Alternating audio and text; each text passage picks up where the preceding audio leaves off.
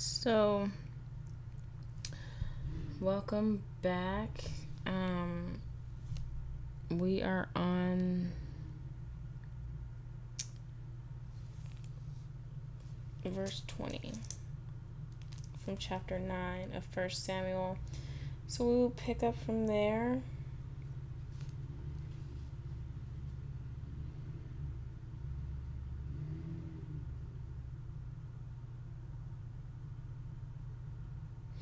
As for your donkeys that were lost 3 days ago, do not set your mind on them, for they have been found, and for whom is all that is desirable in Israel.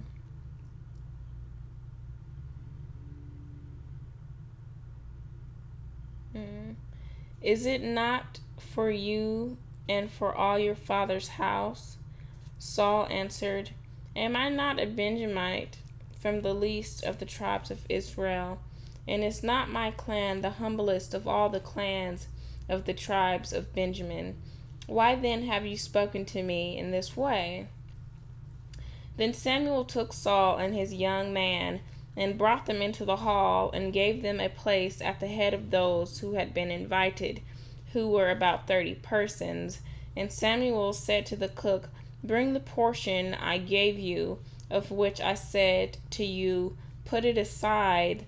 So the cook took up the leg and what was on it, and set them before Saul. And Samuel said, See, what was kept is set before you.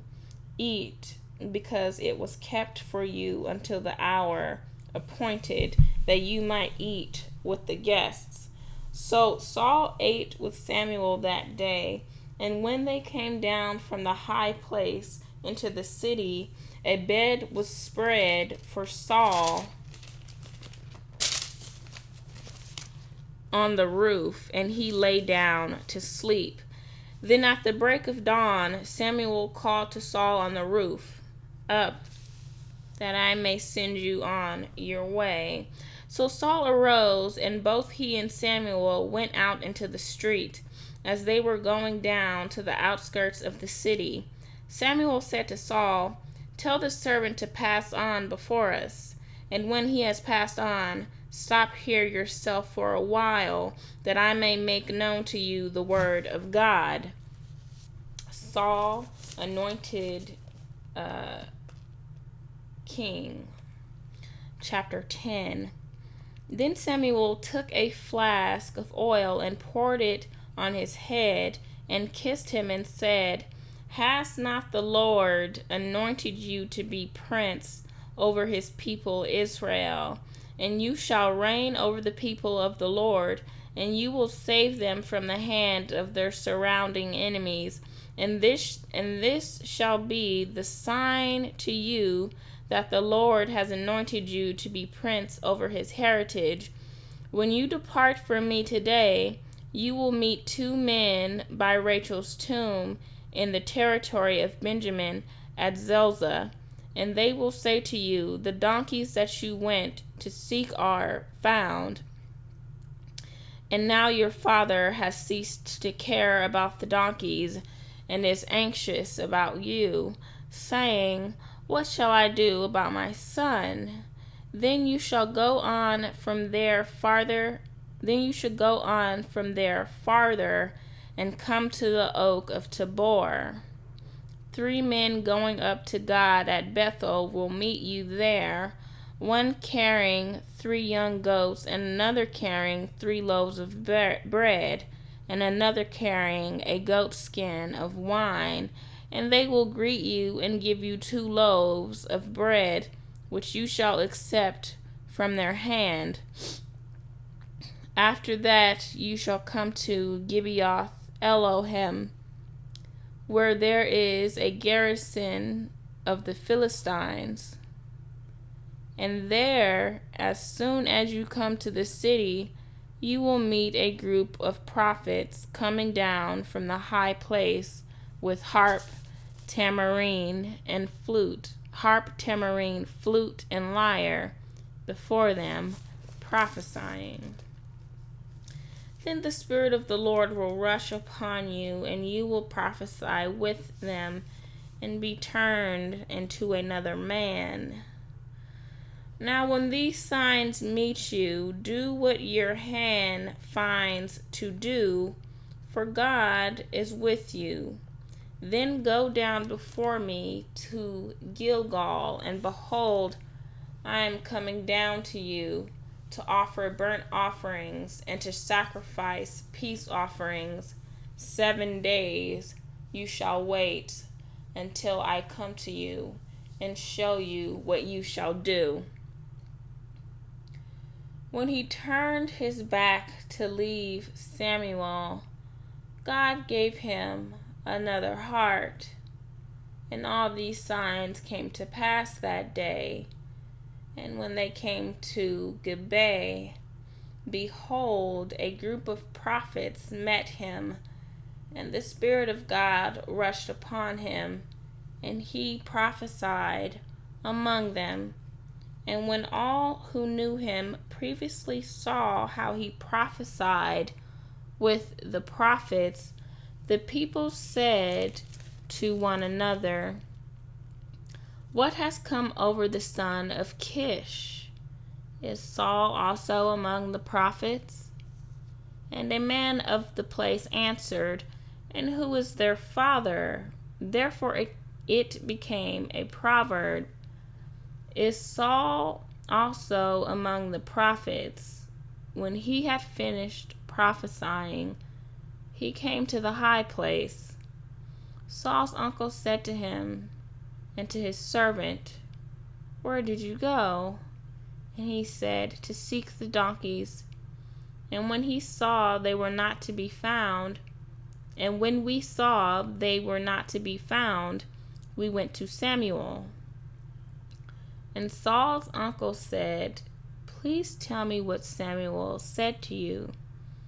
And Saul said to his uncle, "He told us plainly that the donkeys had been found. But about the matter of the kingdom of which Samuel had spoken, he did not tell him anything." Saul proclaimed king. Now Samuel called the people together to the Lord at Mizpah. And he said to the people of Israel, "Thus says the Lord, the God of Israel, I brought up Israel out of Egypt, and I delivered you from the hand of the Egyptians and from the hand of all the kingdoms that were oppressing you. But today you have rejected your God, who saves you from all your calamities and your distresses, and you have said to him, 'Set a king over us.' Now therefore present yourselves before the Lord by your tribes and by your thousands." Then Samuel brought all the tribes of Israel near, and the tribe of Benjamin was taken by lot. He brought the tribe of Benjamin near by its clans, and the clan of the Matrites was taken by lot, and Saul the son of Kish was taken by lot. But when they sought him, he could not be found. So they inquired again of the Lord, "Is there a man still to come?" And the Lord said, "Behold, he has hidden himself among the baggage." Then they ran and took him from there. And when he stood among the people, he was taller than any of the people, from his shoulders upward. And Samuel said to all the people, "Do you see him whom the Lord has chosen? There is none like him among all the people." And all the people shouted, "Long live the king!" Then Samuel told the people the rights and duties of the kingship, and he wrote them in a book and laid it up before the Lord.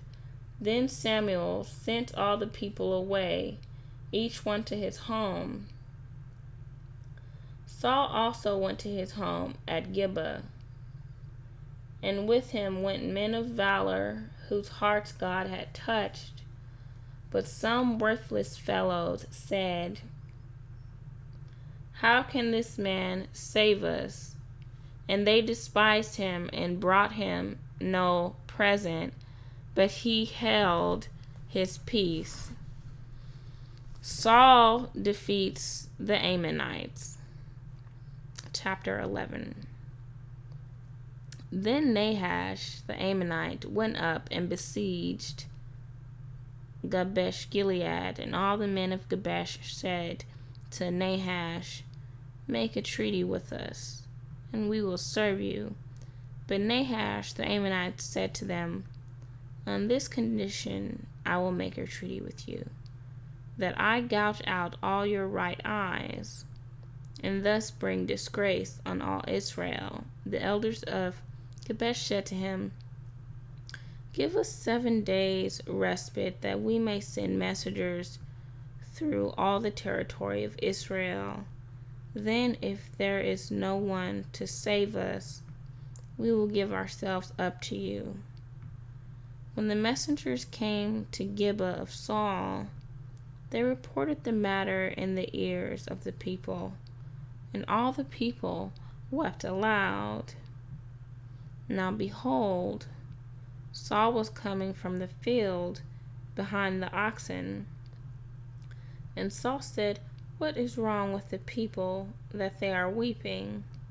So they told him the news of the men of Jabesh. And the Spirit of God rushed upon Saul when he heard these words, and his anger was greatly kindled. He took a yoke of oxen and cut them in pieces, and sent them through all the territory of Israel by the hand of the messengers, saying, "Whoever does not come out after Saul and Samuel, so shall it be done to his oxen." Then the dread of the Lord fell upon the people, and they came out as one man.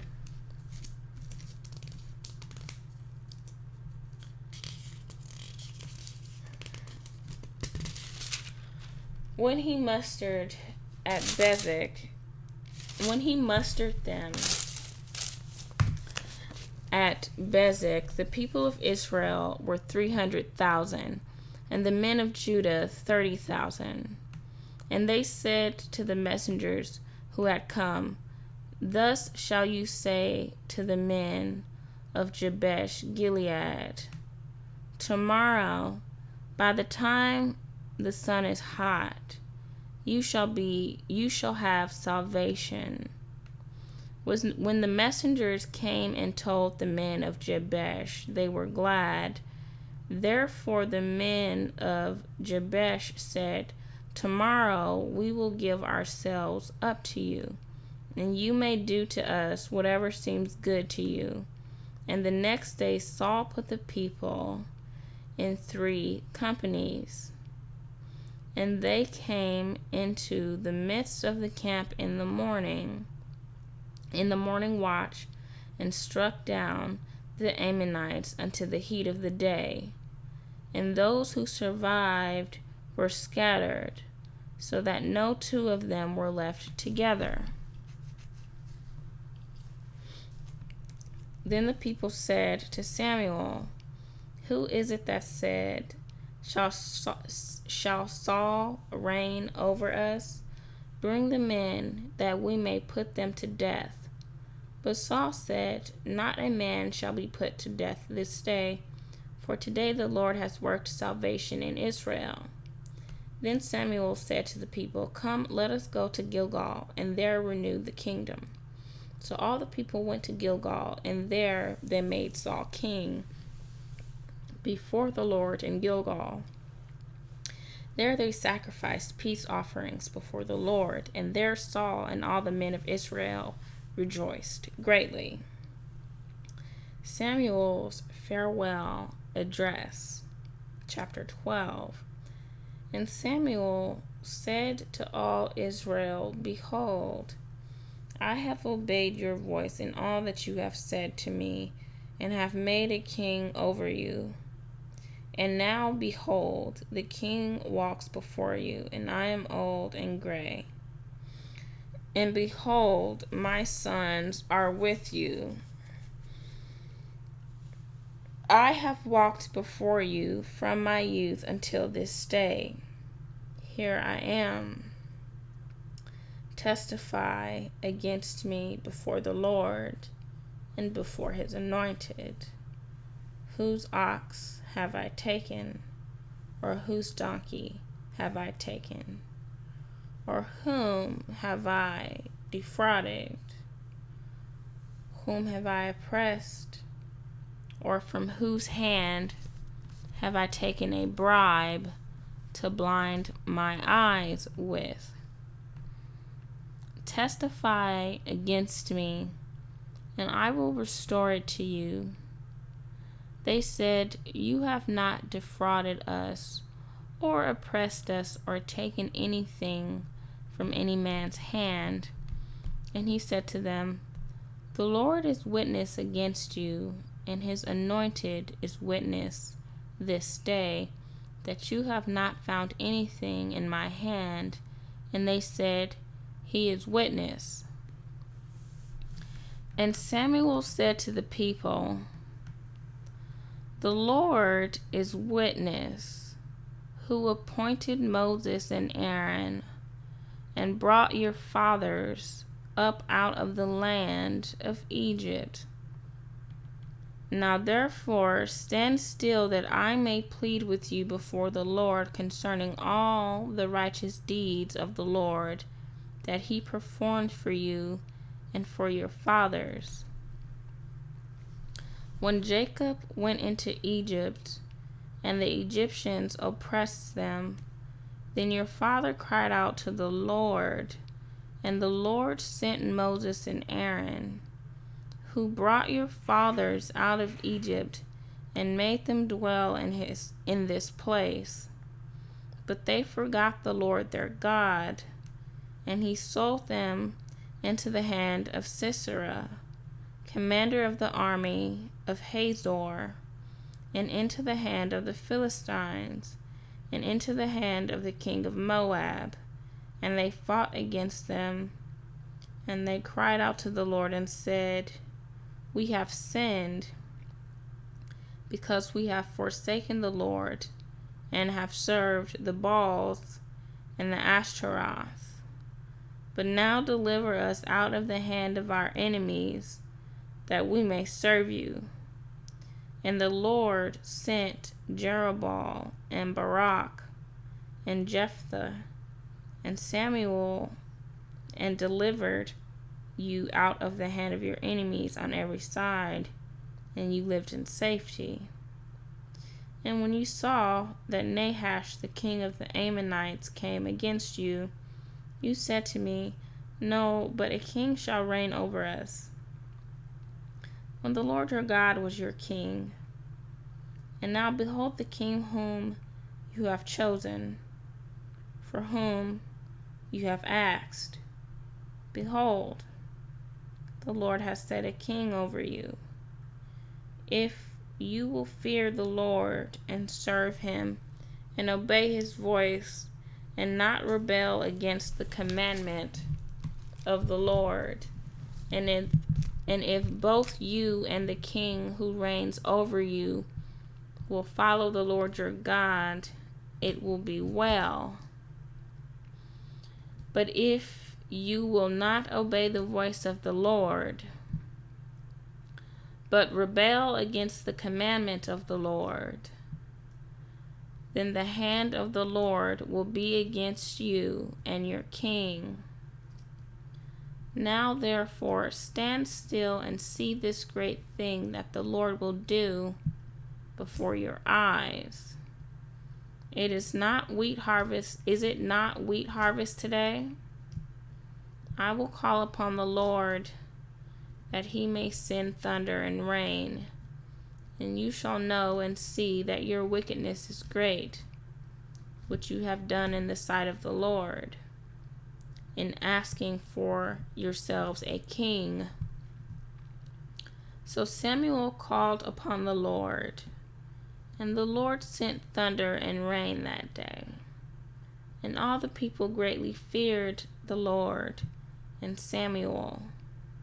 And all the people said to Samuel, "Pray for your servants to the Lord your God, that we may not die. For we have added to all our sins this evil, to ask for ourselves a king." And Samuel said to the people, "Do not be afraid. You have done all this evil. Yet do not turn aside from following the Lord, but serve the Lord with all your heart. And do not turn aside after empty things that cannot profit or deliver, for they are empty. For the Lord will not forsake his people for his great name's sake, because it has pleased the Lord to make you a people for himself. Moreover, as for me, far be it from me that I should sin against the Lord by ceasing to pray for you. And I will instruct you in the good and the right way. Only fear the Lord and serve him faithfully with all your heart. For consider what great things he has done for you. But if you still do wickedly, you shall be swept away, both you and your king." Chapter 13. Saul fights the Philistines. Saul lived for 1 year and then became king. And when he had reigned for 2 years over Israel, Saul chose 3,000 men of Israel. 2,000 were with Saul in Michmash, in the hill country of Bethel, and 1,000 were with Jonathan in Gibeah of Benjamin.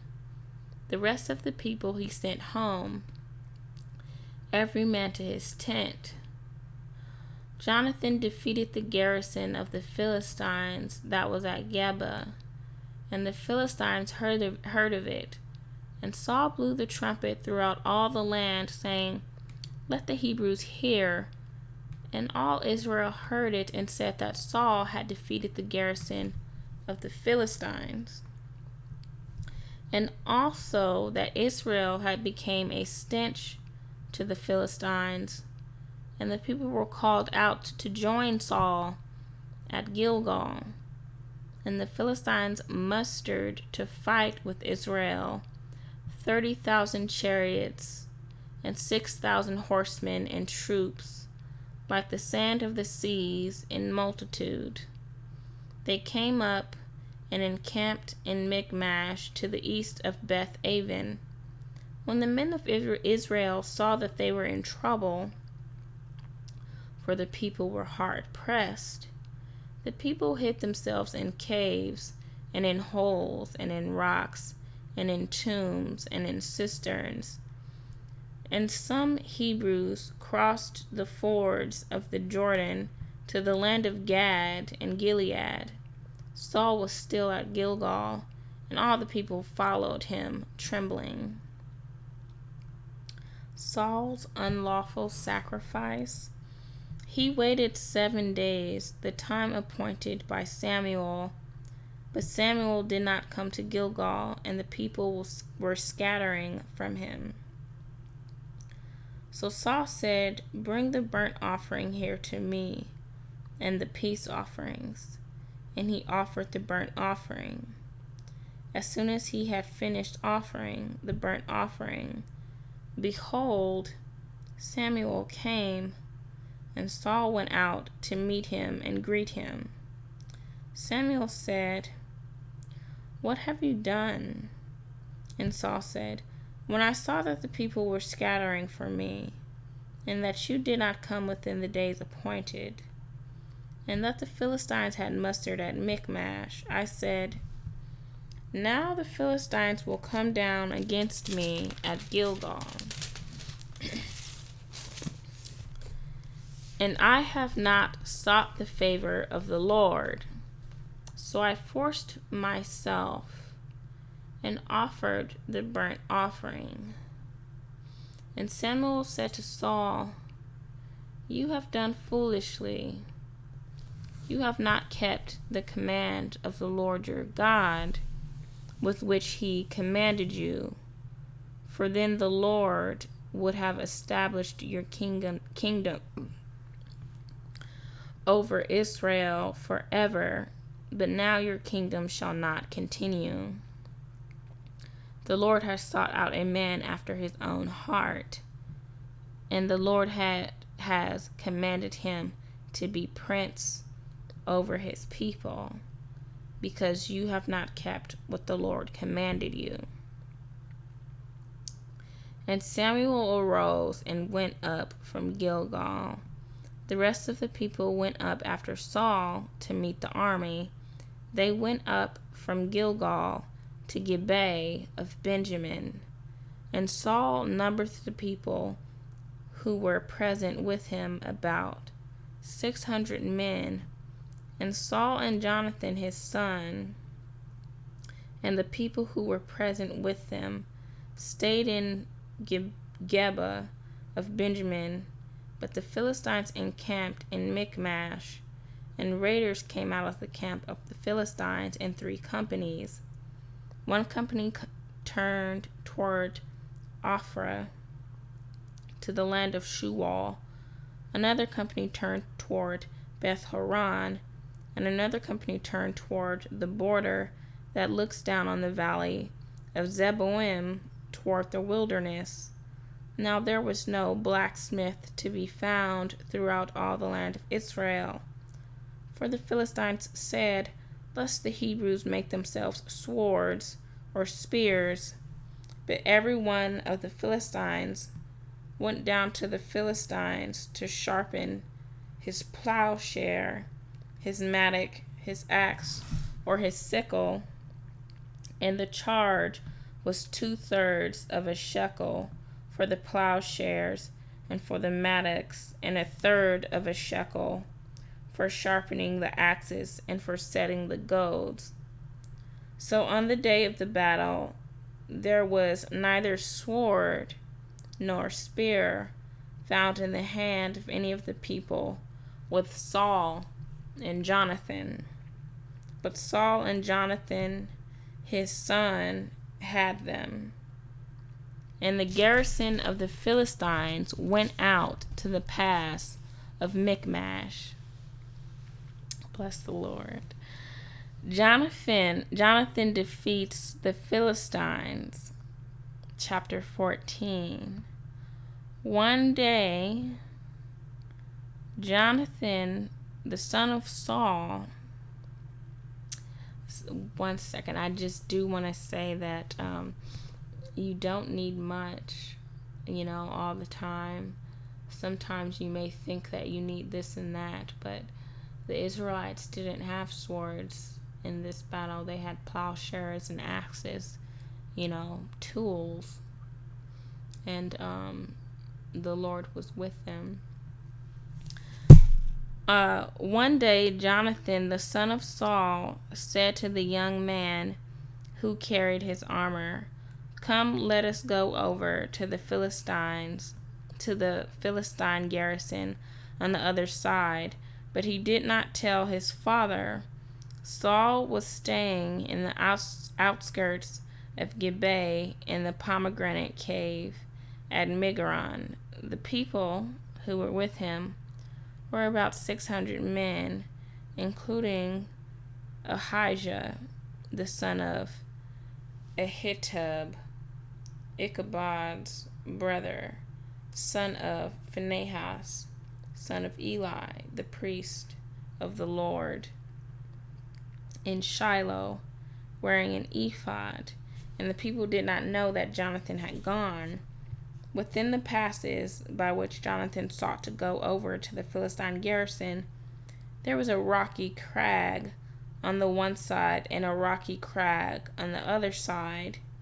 The name of the one was Bozez, and the name of the other Sinai. The one crag rose on the north in front of Mikmah, and the other on the south in front of Geba. Jonathan said to the young man who carried his armor, "Come, let us go over to the garrison of these uncircumcised.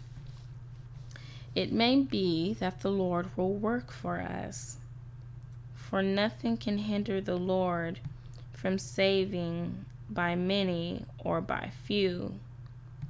And his armor-bearer said to him, "Do all that is in your heart. Do as you wish.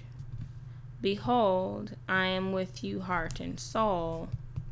And then Jonathan said, "Behold, we will cross over to the men, and we will show ourselves to them.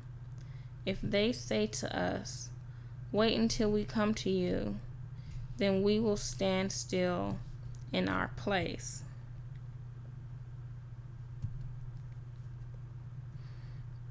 And we will not go up to them. But if they say, 'Come up to us,' then we will go up, for the Lord has given them into our hand, and this shall be the sign to us." So both of them showed themselves to the garrison of the Philistines, and the Philistines said, "Look, Hebrews are coming out of the holes where they have hidden themselves." And the men of the garrison hailed Jonathan and his armor-bearer and said, "Come up to us, and we will show you a thing." And Jonathan said to his armor-bearer, "Come up after me, for the Lord has given them into the hand of Israel." Then Jonathan climbed up on his hands and feet, and his armor-bearer after him, and they fell before Jonathan, and his armor-bearer killed them after him. And the first strike which Jonathan and his armor-bearer made killed about 20 men within, as it were half a furrow's length in an acre of land. And there was a panic in the camp, in the field, and among all the people. The garrison and even the raiders trembled. The earth quaked, and it became a very great panic. And the watchmen of Saul and Gibeah of Benjamin looked, and behold, the multitude was dispersing here and there. Then Saul said to the people who were with him, "Count and see who has gone from us." And when they had counted, behold, Jonathan and his armor-bearer were not there. So Saul said to Ahijah, "Bring the ark of God here."